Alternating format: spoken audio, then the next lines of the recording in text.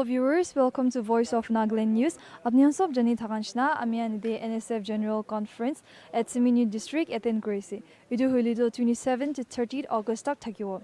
Apnian sob jani thakanshna first session lilishe aro second session bi balra lishe. Second session la special guest to Ino J Kumusha MLA 47 AC Karong Government of Manipur thakshe. Apnian jani thakanshna well-known panelists can be attend Gracie, where they talked on the topic of youth as the bridge to our political future. Friends, I've always been a part of a party to the NSF conference in the form of a unit president or in the form of a subordinate unit president, in the form of the central organizing committee, or as election monitoring committee, or as a senior member to the Federation, and most importantly, as a delegate. I find myself very unusual to be coming as a guest today in this August gathering on this 31st NSF General Conference, because I'm quite used to coming as one of your member, one of the delegates, but it is quite unusual for me to come to the conference as a guest, and I don't know how to behave myself as a guest.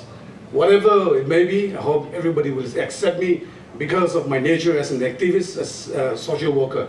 It is truly an honor for me to be speaking to every one of you in this momentous and historic occasion on the 31st Naga Students Federation Conference hosted by the Myanmar Students Union 2025. I'm sure this celebration and this conference will be even more significant as we are in the land of the Remas, where the first Naga national flag was hoisted at Parisent on 22nd March 1956. I also want to sincerely appreciate the government of Nagaland for creation of Siminu District. I'm sure this has been a long wish for the Rengma people. And I also have wishes like that, which almost all the Nagas have such wishes. For example, I also wish I have a Pumai district of my own, for example. Because we Nagas, we have that mentality to call something as mine or yours. And sometimes that is also becoming a problem to the Naga society. I wish I have sufficient time to speak to you, to the young Naga minds and the Naga leaders, but I may not be permitted to do so due to constraint of time. Yet, you will hear and learn so much and lots from the panel speakers. However, what has been spoken by me may kindly be considered and accepted as the words that has come out from my heart. Ladies and gentlemen, we are in a very challenging time, and our time has become very challenging with the advancement of technologies. And I don't need to tell you how, but how we embrace these challenges in our time is very important. It can do more good than bad. In the meantime, it can do more bad than good. Sometimes I wonder if many of us have forgotten to be a real hero, but have chosen to be a keypad warrior with the advancement of social medias and technologies. It is always and very important to note that despite of many differences that exist in our society, in a Naga society, we should not become a dispute to our common goal. And we should not sow the seed of violence in our time. Today, our Naga society demands the true you and me, not the fake you and me.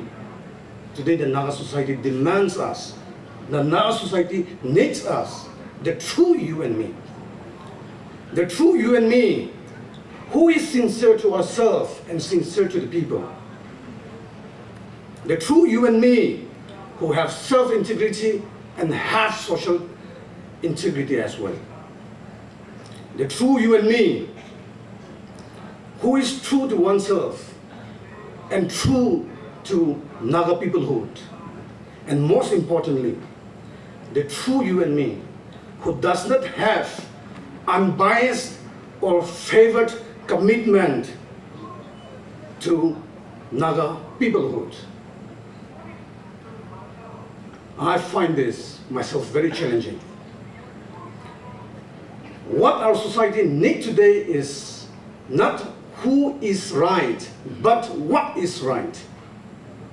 We don't need necessarily go with who is right, but the society demands, the society needs, the Naga people need what is right, not just who is right. I want to challenge and I want to impress upon this gathering. Let us always keep the right and never lose it. Even if we cannot achieve it today, we have to keep the rights for our younger generations, so that what we have not achieved in our time may be fought by the younger generations.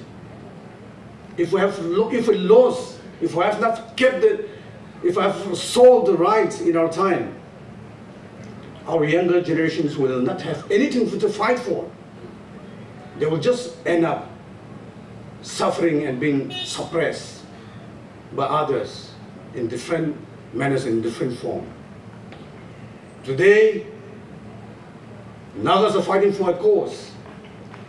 Whether it may be achievable or may not be achievable, it depends on us. We are fighting for a cause. Why? Because our forefathers have kept that right for us. They have not sold out that right for us, which is why we are able to fight. Had our forefathers sold out the rights, we will have nothing to fight. We will be suppressed more than what is being done today. So therefore, I find it very challenging that we'll have to keep the rights, even if we fail to achieve in our time, for our younger generations to fight in their times. There are many problems in our society which we have to do away with today, which we have to do away with. Where we have too many groups, where we have too many organizations, where many people are compelled to favor a person or group simply because of our family system, because of our relationship system, or because of our culture or our tribe's culture. On the other hand, are we self-dividing because of these reasons?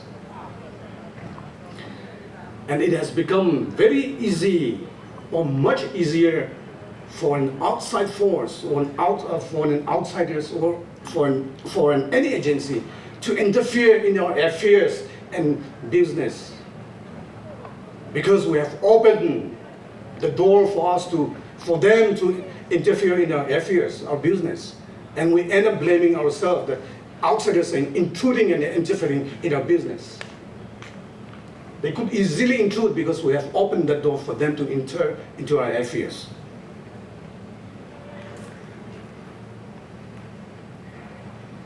So, what is that we're supposed to do today as responsible Naga youth and Naga leaders? What does our society expect from us? And what does the unborn generation, the unborn Naga generation expect from us today? They expect us to think about the generations to come. They do not expect us to just think about ourselves, our time, and end up. The unborn Naga generations are expecting us to think for the generations. The voices of the unborn Naga generations is calling out today to us that it is already the time to call a spade as a spade and speak out the truth. For example, even in a situation where two seems to be equally right, but the unborn Naga generations are echoing us today that we should have the courage to say that one is more right than the other. We may find it equally right, but they are asking us, they are calling out to us that we should have the courage to say that one is more right. Not just by saying that you are equally right. They are expecting us to call out that one is more right. Otherwise, the Naga unborn generations are afraid to come to the Nagaland, which they will inherit one day. Although I appreciate the efforts of everybody to bring everybody together, but since it is done by everybody, we are seemingly becoming more divided because we don't know who is to do, because it is being done by everybody and we are confusing ourselves sometimes. All we need today is a sincerely owned moral responsibility as a Naga individual. I like to quote Martin Luther King Jr. He said, if you sow violence, if you sow seeds of violence in your struggle, unborn generation will reap real wind of social disintegration. It is very important for us to look back and to look forward and to look today, whether as a Naga, as a struggling people, are we sowing the seeds of violence? Has become a very challenging question to every one of us. The voices of the unborn Naga generations is calling us today again not to sow seeds of violence and hatred in our struggle. They are requesting us because they do not want to come and reap or harvest the fruit of social disintegration in their time for what we have sowed today, if we have already sowed the seed of violence and hatred. Today, a true Naga leader, or say any group or organization, will be determined by how we live out today for our younger generations. Not what he has achieved in his time or our time, or in our time. We will only consider and determine an individual or an organization as a true Naga organization, as a true Naga leader, by how he is living his today on our today for the generations. I may be a little bit too hard-hitting, but this is from my heart. Because it is said, the moment you give out is the moment you let somebody else win. Because if we give up on our generations, their generations will be won over by someone else. So it is important that we consider true Naga leaders and organizations who thinks about tomorrow and who thinks about the generations. I want to strongly throw a challenge here, a very strong challenge to all the Naga leaders, Naga young minds, everybody here. What have our society today become? For example, How are we expecting our leaders?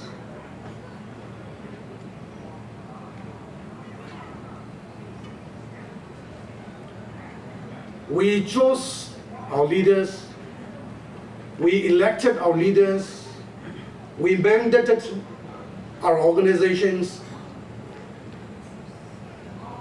and we expect our leaders to follow the public. We expect our leaders to follow us. We're not allowing ourselves to follow our leaders.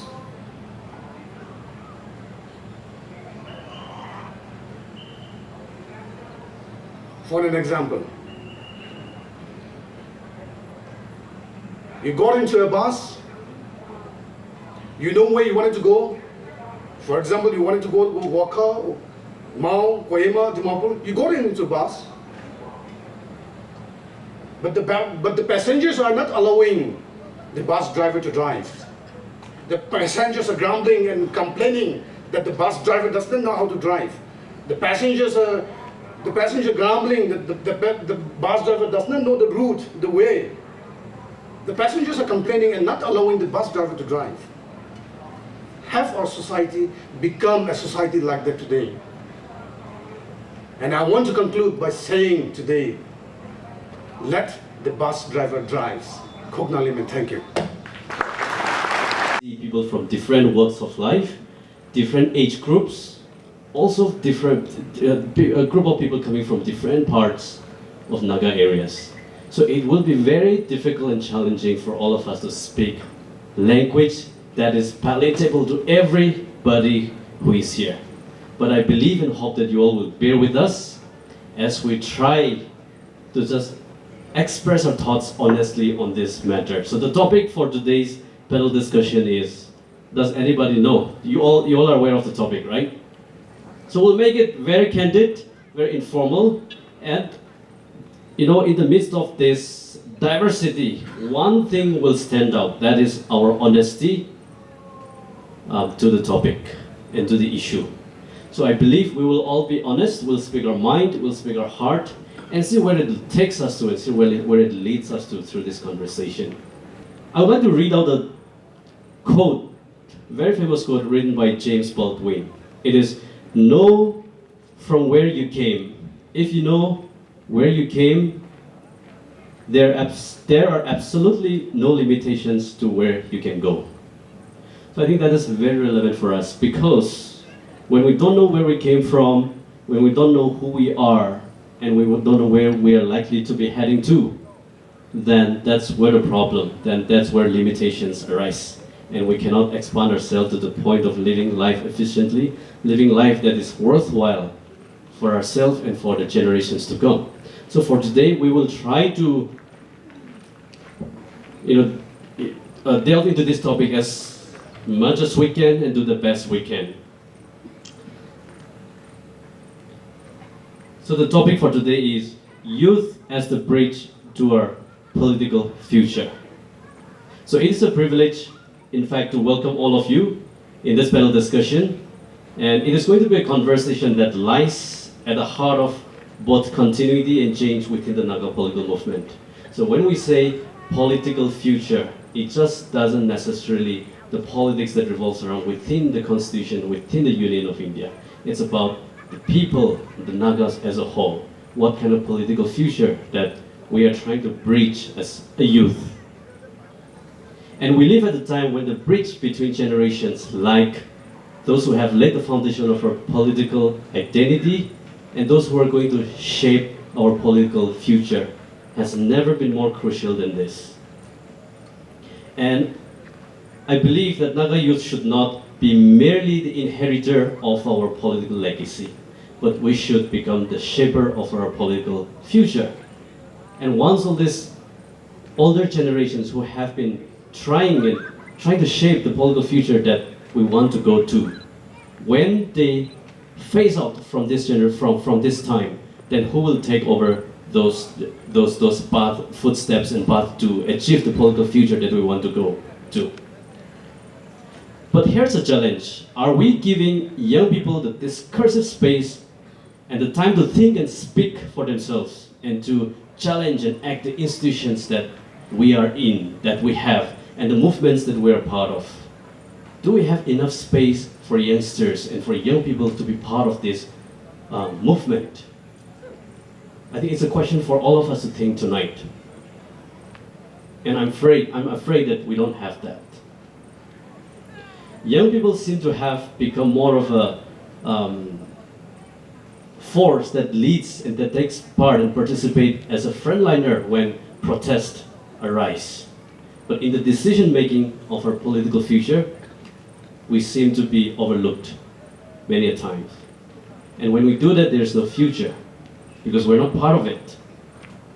So today, let's just not reflect, let's engage and let's talk and let's ask the hard questions to ourselves, and we can deeply and actively communicate on the kind of future that we want to go and how we as young people become a bridge to that future.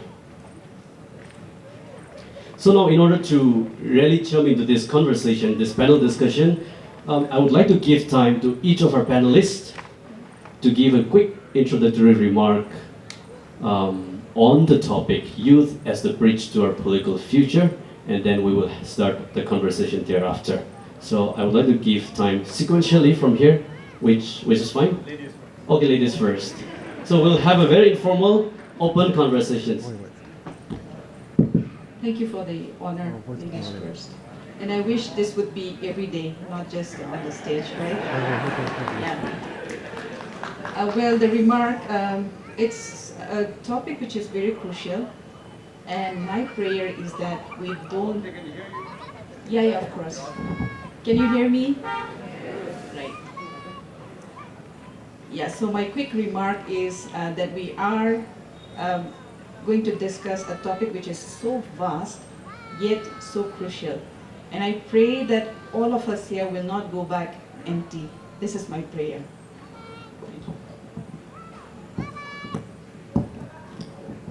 Good evening to all of you. Just catching up with the host. I just want to put it this way. A quick flashback to the timeline of the Nagas, say, in the last 2 centuries. Starting from the time when Nagas were free and living in their own village republic territorial space, to the point of decoloniality, where the first colonizer entered into a homeland. That was a time when we were free. And then the following phase will be the great wars that our people had to confront, the First and the Second World War.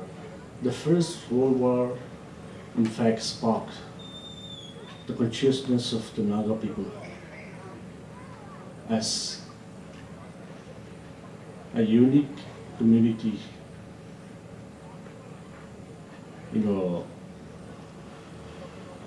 part of the land that we inhabit. That consciousness was, I think, I'm sure, generated through the exposures through the First World War, and followed by the Second World War, which was in fact the theater of the Second World War was within another homeland. So all these colonial intervention and impacts that our society had gone through is the second phase, is part of the first phase that I would want to focus. And the second one is quickly the phase where newly independent modern state were granted statehood during the decolonial period, but indigenous Naga nation and indigenous people like us missed the bus because there was no international space at that point of time. So we were excluded from the creation of new Westphalian state, but found ourselves dislocated even within our homelands. Let's see, for example, Naga's been divided into different states and countries. So, and the third phase would be, say, the peace process phase. That is the last 25 years. And this is a time when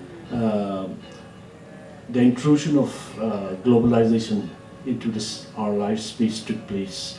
And we are under a lot of pressure, which in fact, Nagas are in many ways responding to it quite well, but then there are a lot of challenges around that which we need to tackle around there. So with that, I just want to say that the bridge here, metaphorically, is about the youth, the Nagas, and the political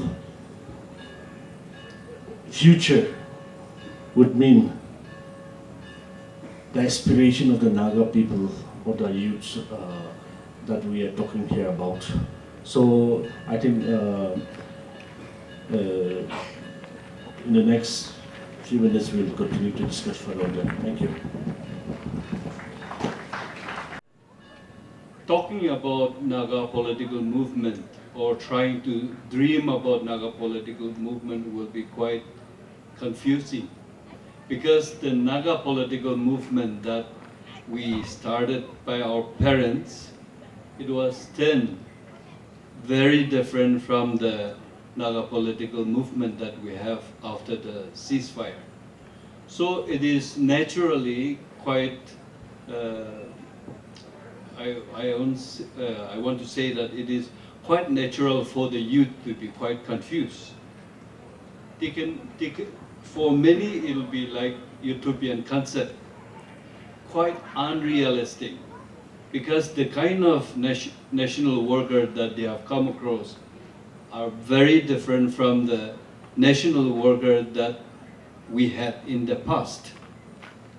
In the past, our national worker were always on the run, defending our rights, defending our territory, at the same time running for their life. Now today we have national worker who have the best of the facilities and who often go against their own people who have been supporting them. So definitely youth will be quite confused. So in such scenario, connecting youth with the Naga political movement need a lot of thinking. That's what I feel. Another thing is, I would like to remind that every phase that we have come across before statehood of Nagaland and after statehood of Nagaland, we are also going through different phases. After the statehood, organization like NSF, NP Michar, Naga Mothers, Naga Hoho were the apex body. Those few organizations were also defending the rights of the Nagas in different platforms. There were also Naga national workers who took up arms in defending the Nagas, Naga interests. But all those civil societies and organizations were also working hand in hand for the interests of the Naga people. So we have different phases of engagement where youth have been always part and parcel of the movement. In spite of all this disillusionment in the present scenario, I would like to remind all of us that way back in 1954 to 58, when the Naga movement was at the peak, when our movement was starting to take shape, it was the Naga youth movement.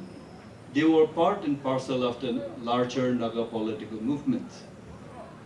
The elderly seniors were taking up arms, but the few educated Nagas, boys and girls, they came together and give a very strong helping hand to the Naga political movement. The story, I mean, what we learn is that it was the Naga youth who were networking the most crucial thing, that is the intelligence networking. They were the one to run around and then inform the Naga elders. They were the one to feed them at the right spot. So they were playing a very crucial role. So in spite of all these challenges that we have come across after the statehood of Nagaland, Manipur, Assam, Arunachal, youth have been always part and parcel of the movement. So we should not forget that the movement belongs to older generations. There is yes, there is a disconnect, but what is important is that how can we connect this? How can we bridge up the gap? That is the most crucial thing. So I'm happy that in spite of a lot of disillusionment among the youngsters, it is not their fault. It is the outcome of the ceasefire, and at the same time, it is the outcome of the Indian intelligence, who have very successfully divided the Nagas left and right on tribal lines, on region lines, on different categories, government, servant, and non-government. All this they have divided. And in fact, Indian intelligence have been very successful to also dismantle the existing civil societies. And you see, during this, so what is important is, one thing I'm happy to share my observation is that Nagas, I mean, the spirit for freedom, the struggle spirit is still very strong. In pocket-wise, Naga youngsters are taking up in literary forms. And I think this is the right kind of platform where NSF should be encouraging the younger generations to be more strong. Thank you.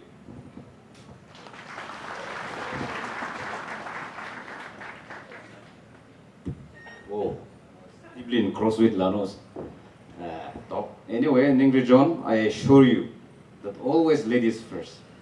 Except while having food, gentlemen will go ahead. Because Nagas cannot tolerate hunger.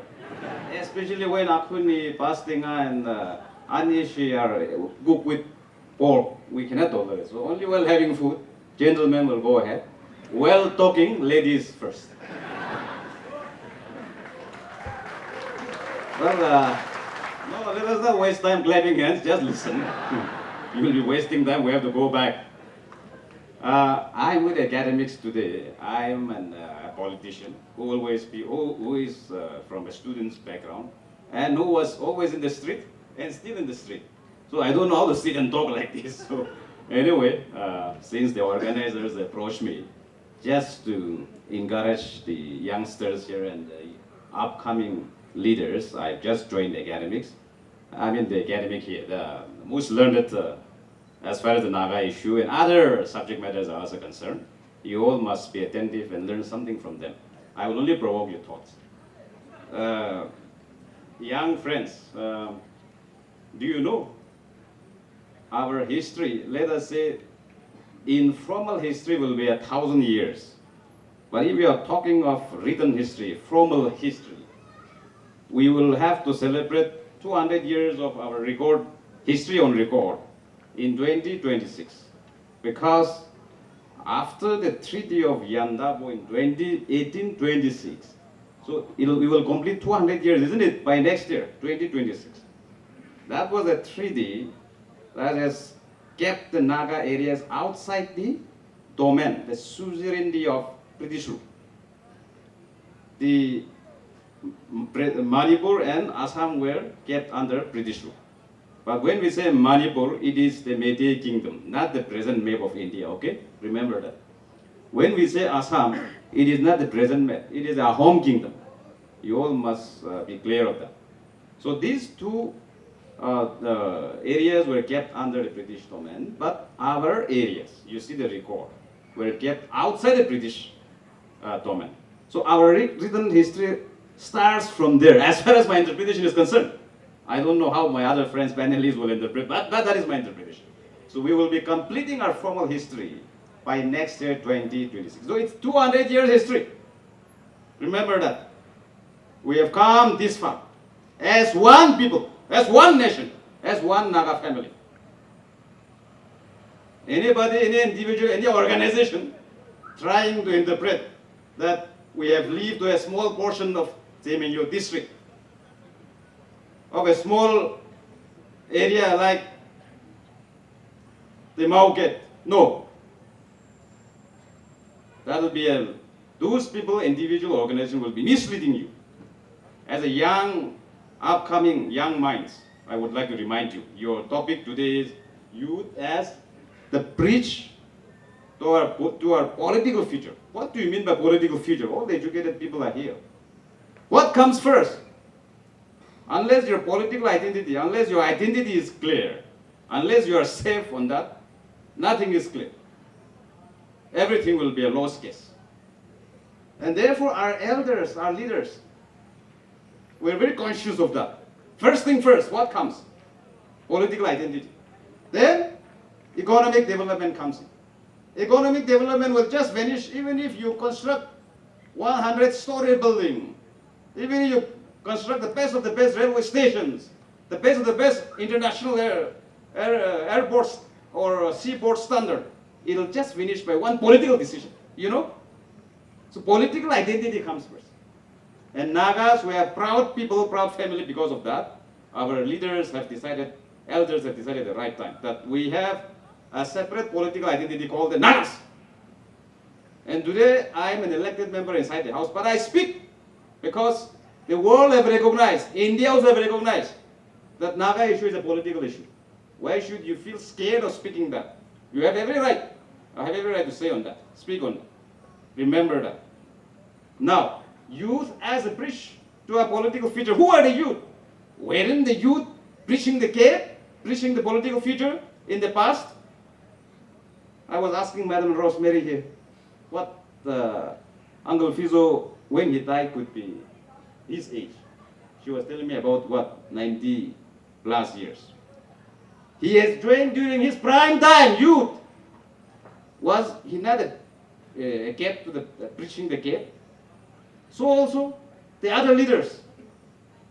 We have Uncle Mweba in the NSCNI, who have joined after graduation from the University of Shillong, isn't it?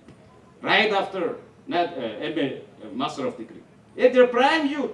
So also it's difficult to mention quite a lot of people. The living as well as the dead. And also in some other group. They have joined at the prime time and taken the Naga movement forward, Naga issue forward.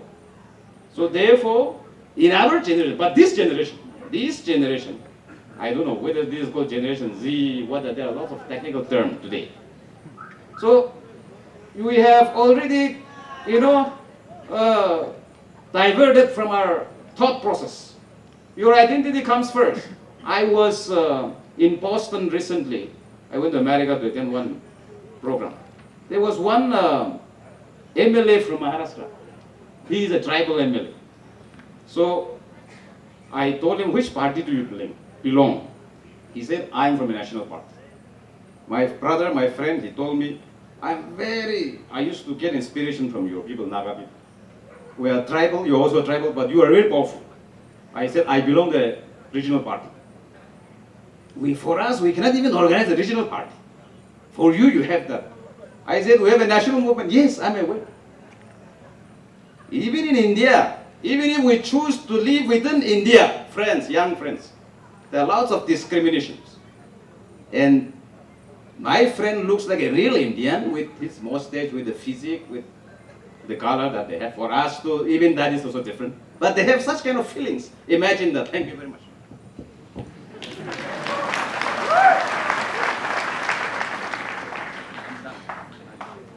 I gave them 3 minutes each. I think that was more than 3 minutes. Anyway, that was quite interesting.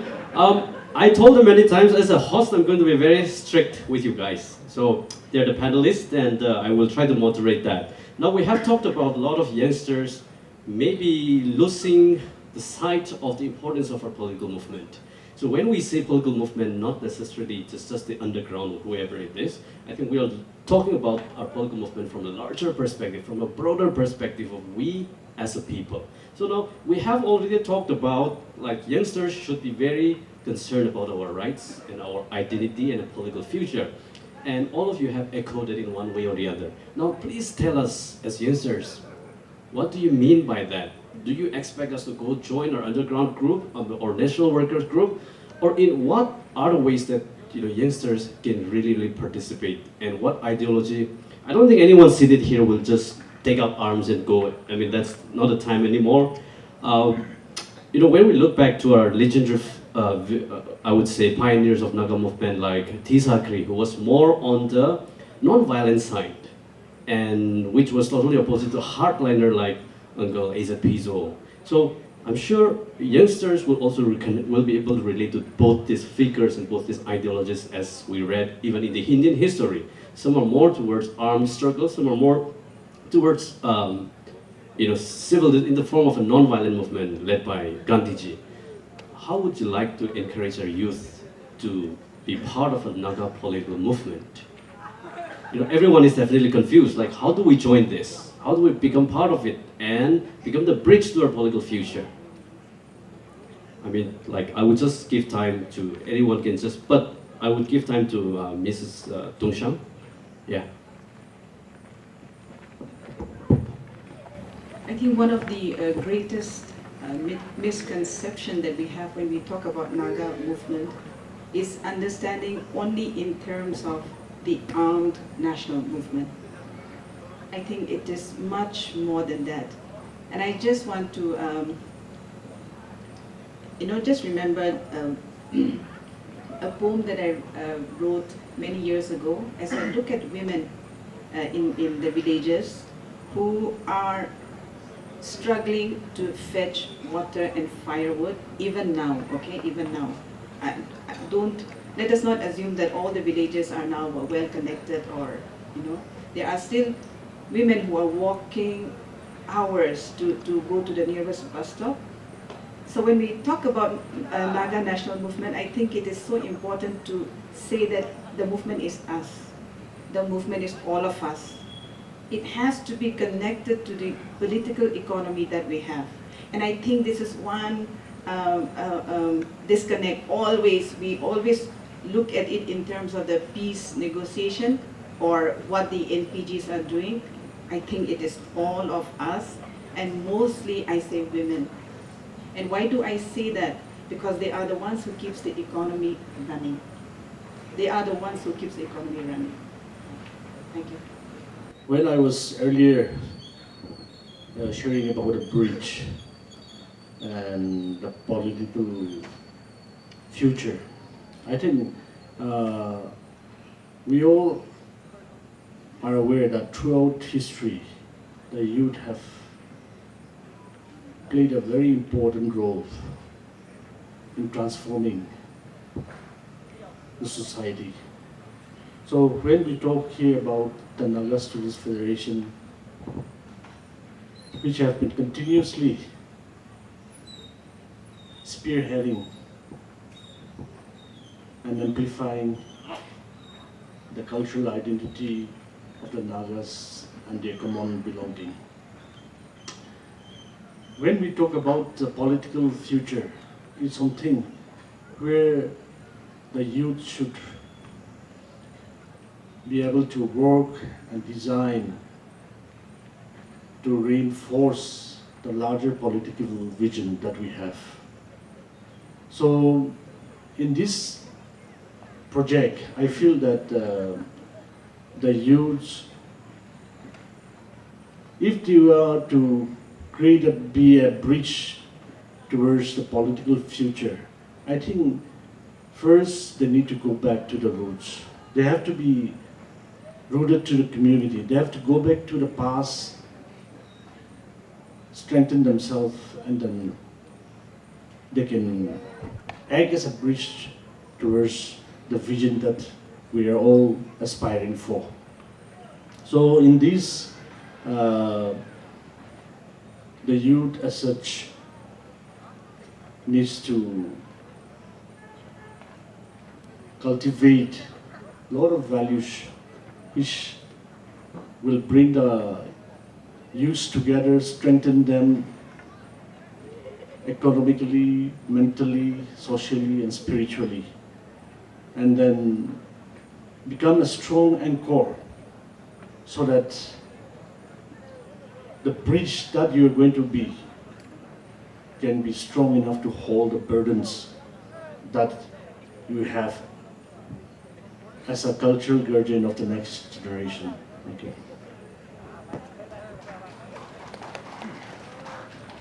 And I think let's specifically also come down to what we mean by going back to our roots, and how can youngsters take cognizance of those roots, as in this is the roots that you have to start with. If you really care, the people who love the Nagas. For tonight, I think let's also spell out this is, what elders want you to do if you really care for your people.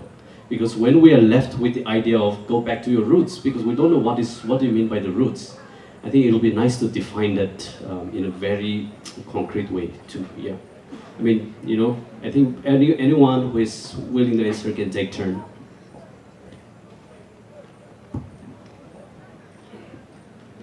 Earlier, I've talked about the impact of colonialism on the Naga people. Even today, the impact of colonialism is still felt, and in the sense that once Naga youths want to create a bridge to enter into a sustainable future, I think we as students, as youths, need to go back to the past, that is the phases where earlier I've mentioned about the phases that we have undergone. So that means the young students and youth needs to be very clear about what has happened in the past. For example, today, the stories that are being told in various universities or in the different forums that we see, most of the stories are written by outsiders. Most of the stories are told by outsiders, and we have very little stories that have been told by the Nagas. So it's important to go back, know the fact and the truth, and then begin narrating the true story, and only then can we propel ourselves to the next phase of becoming a bridge to a sustainable future. I think, thank you. That's a very beautiful way of putting it and making more sense for youngsters as students and who are in the academics. And I think Dr. Lanusashi Longkumer, since you are in the academics, and our Mr. Nepuni has talked about how you can start writing your own stories.